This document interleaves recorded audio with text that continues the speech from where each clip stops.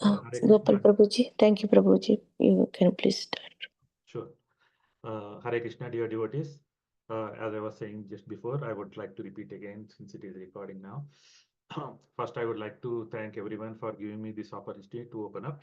I am indebted to all of you for this community. Hare Krishna. Mm, this is regarding a recent trip I made to India, where I visited Puri Jagannath Temple in Bhubaneswar. So um, there is a small episode that happened that had opened up that is an eye opener for me, which humbled me and revealed my prideful complaints. So so this happened on 17th January 17th and 18th is when I went to Puri. 17th early morning at 4 a.m. I started from Hyderabad, flew to Bhubaneswar by 9 a.m. I reached there. This is all, and I had a prearranged a cab driver. He was with me for the entire trip, but the 17th morning till he dropped off on 18th evening. So during that time, I visited. So he was there on 17th. What happened? We visited several temples, Ashok Pillar, then Konark Temple, Konark pilgrimage, and then in the evening by 4:35, I reached Puri. Puri. In the hotel where I checked in, it is hardly 10 minutes walk. So we cannot go very close to the temple, but if I want to take the cab, it will take around 30 minutes or so to go to the temple, but it is just hardly 5 to 10 minutes walk from the hotel. So around I was also informed that if I go after 7:30 or 8 in the evening, the crowd will be a little less, so I can be able to go in easily. So then I finished when I checked in, took some rest. I took a good shower. Then around 7:30, I went to the temple by walk.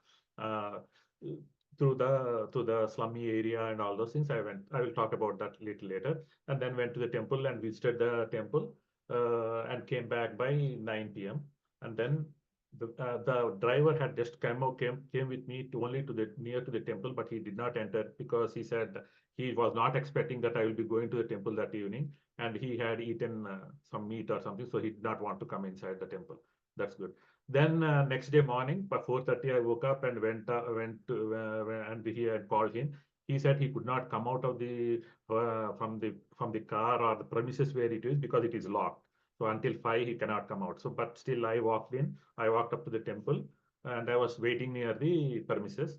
Whereas he got ready and he came with me. He came and we when we got into the temple and we again second time to the morning I went and visited.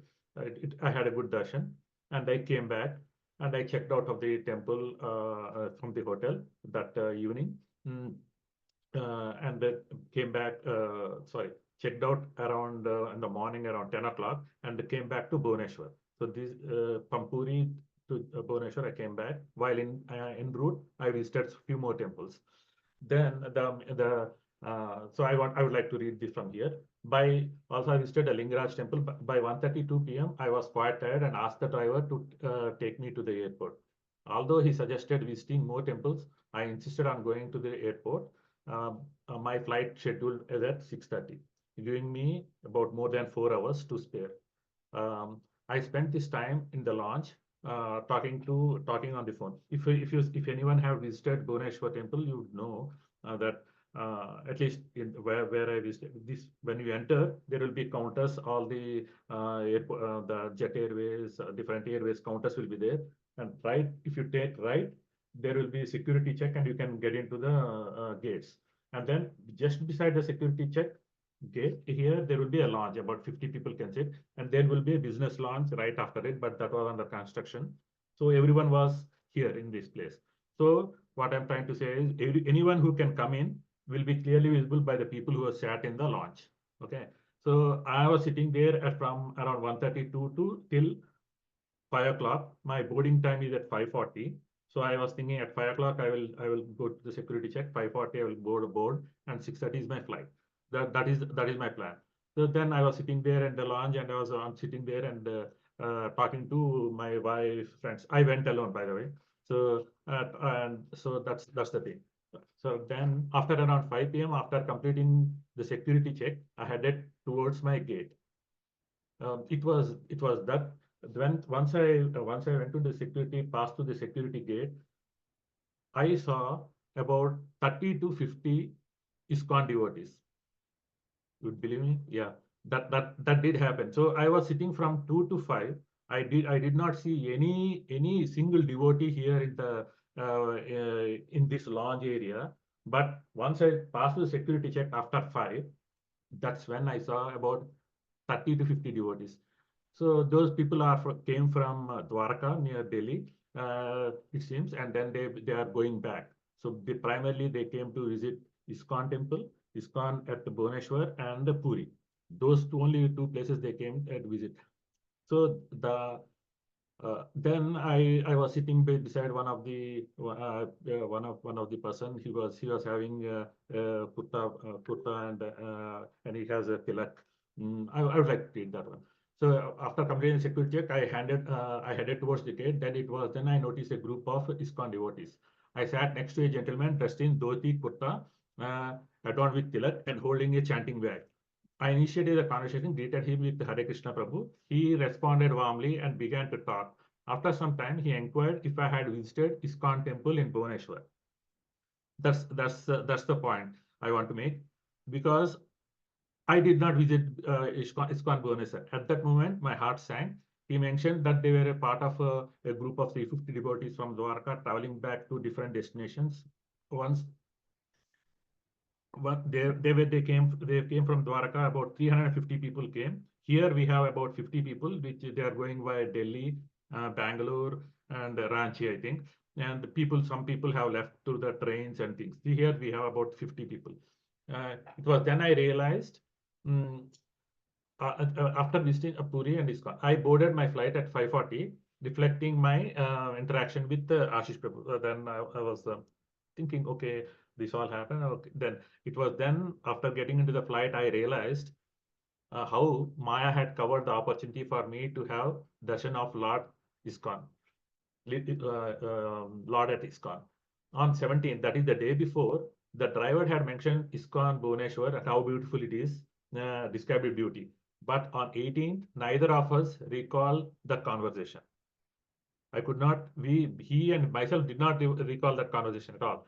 Then, despite not being rushed and discussing other possible destinations, we both forgot about ISKCON. So, the ISKCON temple was only just 2 kilometers from the airport, and I had 4 hours to spare. So, as I said, at 1:30, 2 o'clock, I came to the airport, and it is just 2 kilometers. And let me read. I hadn't seen a single devotee outside near the launch until after passing through the security. Had I seen even one devotee between 2 to 5 p.m., I might have remembered ISKCON and made an attempt to visit, but it was too late. So this is all the story that happened. But I'll tell you my realization. Uh, then I realized that my why it happened was that I was constantly complaining about the hygiene, the priest, the maintenance, the parking, and how the prasadam was served, and nearby and how very close the slum was there and all the things. So I was constantly complaining after when I came to when I was walking through the from the hotel to the temple and also to the where the prasadam was served inside. They just eat in your plate, and you don't have any place to sit to eat, and it was all pouring all around and things. So I don't want to meditate on those, because that is the reason I feel I realized that I had been denied the darshan of the Lord at the ISKCON. So let me read that again. I realized that my constant complaining about the hygiene, priest, maintenance, parking, prasad serving, and the nearby slum in and around the temple premises of all the temples visited in Bhubaneswar and Puri had blinded me. The Lord had, in a way, slapped me through his devotees, making me realize that I was not granted permission to visit the ISKCON temple. I know that I have heard and many lectures about immersing in oneself in spiritual vibrations when going to the temple, and not being bothered by material obstacles in holy places. But I failed. I failed. This was my first time realization. So I was constantly complaining to friends about how it is, how this thing. That is why uh, and and I had been listening to several lectures here everywhere, wherein when we go, we have to have complete commitment and the Lord's, we have to be concentrating on the Lord, but not on the material things, how dirty or how the person is, or things like that. We should to see internally internally. That's I failed to do that, and God had, in a way, I would say, punished or made me realize. So I wrote down some points to note. Our acharyas like Bhakti Vinod Thakur said that we should visit dhams with like-minded people. So had I been with some devotees, and if I had say if I'm out of the track, say I would have said, hey, this is not so well. He would have corrected me, and I would have not committed that again and again.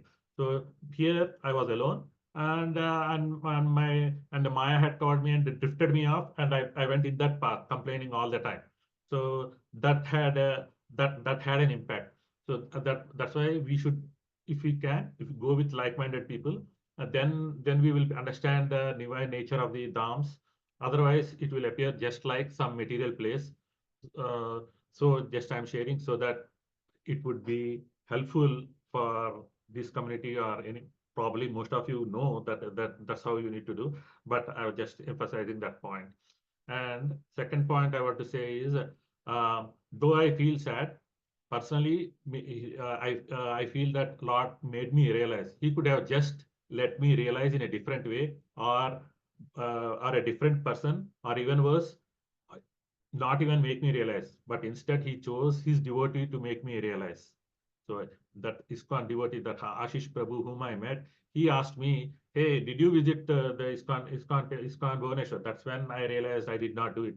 So he could have just told by anyone else, but when getting inside the flight, how is your, generally they talk, right? Okay, did you visit Bhubaneswar? By the air hostess also could have asked me, but it's not. He made me realize, he made me through the devotee of his that mistake.